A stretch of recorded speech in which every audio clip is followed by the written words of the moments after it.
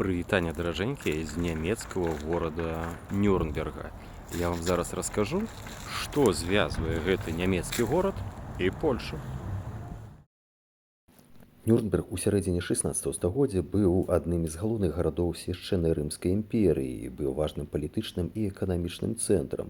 Тут і працаваў Яханес Петрэус, які за сваё жыццё выдаў каля 750 кніг, у тым ліку і галоўны твор Мікалая Каперніка «Абвярчэнне нябесных сфераў», які паклаў аснову сучаснай геліёцэнтрычнай сістэмы ўспрымання свету. Дакладна невядома, ці сапраўды быў сам Мікалай Капернік Нюрнбергу, ці ўсе справы за яго вырашаў яго вучань Георг Йоахім Рэтык, але тым не менш, выданне славутай навуковай працы тут, у Нюрнбергу, гістарычны факт.